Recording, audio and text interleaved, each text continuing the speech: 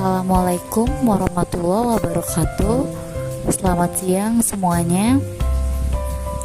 Yang terhormat Bapak Andri Purwanto SSM Hum selaku dosen pengampu mata kuliah Translation.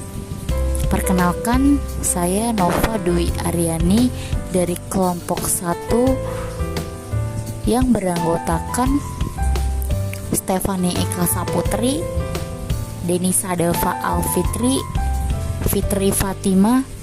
Di sini saya akan mempresentasikan mengenai teori penerjemahan. Di slide pertama, di sini ada pengertian. Para ahli mengemukakan definisi terjemahan itu berbeda-beda. Brislin berpendapat bahwa terjemahan merupakan istilah umum dari kegiatan pengalihan gagasan, baik secara tertulis maupun secara lisan, dari BSU ke BSA. Sementara itu, Newmark mendefinisikan terjemahan sebagai pekerjaan yang terdiri dari sebuah upaya mengganti pesan tertulis atau pernyataan dalam suatu bahasa ke dalam bahasa yang lain. Jadi, aktivitas terjemahan meliputi baik bahasa lisan maupun bahasa tulisan. Jenis-jenis penerjemahan.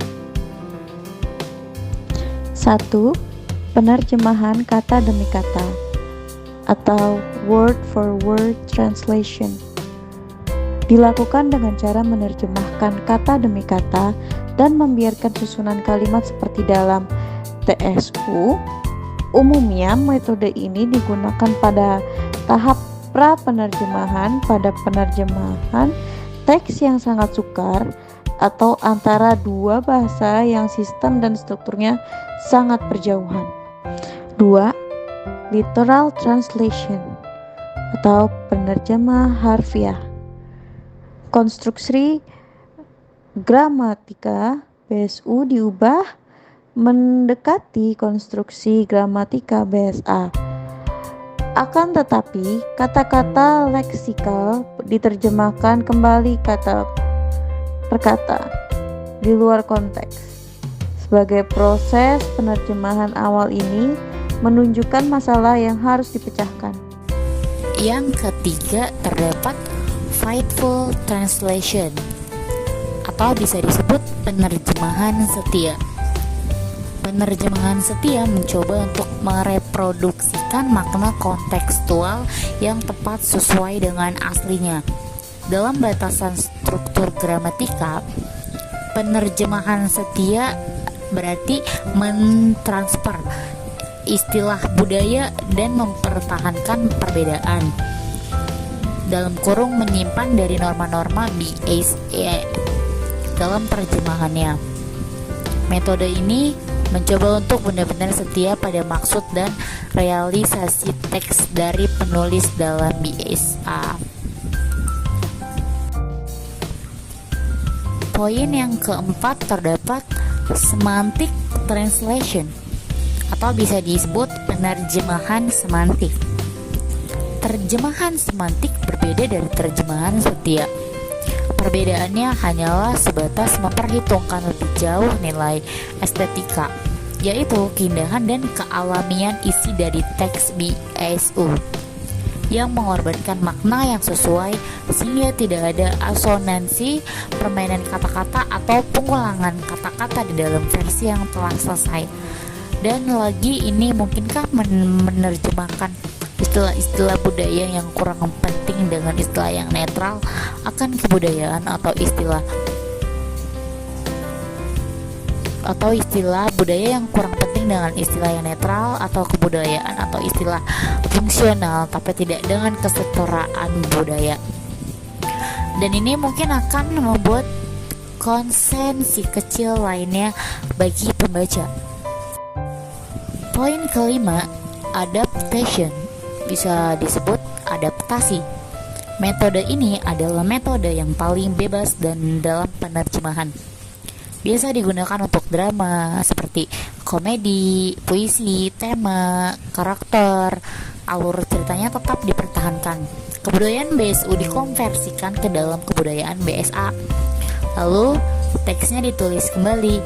Penerapan buruk dalam drama atau puisi yang diterjemahkan secara harfiah lalu ditulis ulang oleh dramawan atau penyair profesional dan menghasilkan banyak adaptasi yang buruk. Namun, ada juga adaptasi lain yang telah menyelamatkan drama zaman dulu. Poin ke-6, free translation atau bisa disebut penerjemahan bebas. Penerjemahan bebas adalah penulisan kembali tanpa melihat bentuk aslinya. Biasanya paraphrase-nya lebih panjang dibandingkan aslinya. Dapat disebut penerjemahan intralingual. Seringkali dibuat panjang lebar, terlihat anggun, dan tidak diterjemahkan sama sekali. Idiomatic translation, penerjemahan idiomatik.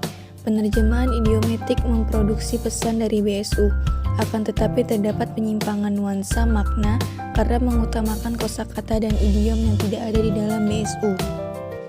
8. Communicative translation, penerjemahan komunikatif.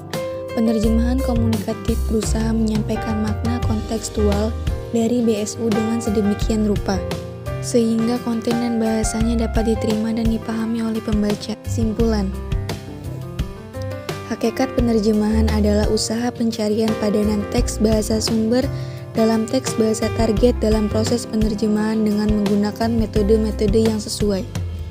Penerjemahan tidak hanya dilakukan oleh manusia, tetapi juga telah banyak penemuan dalam bidang teknologi yang menghasilkan penerjemahan dengan mesin.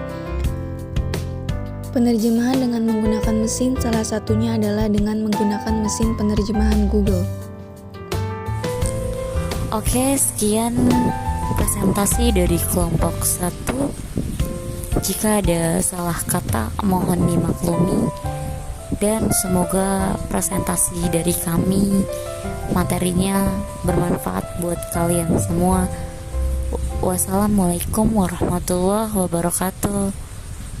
Thank you.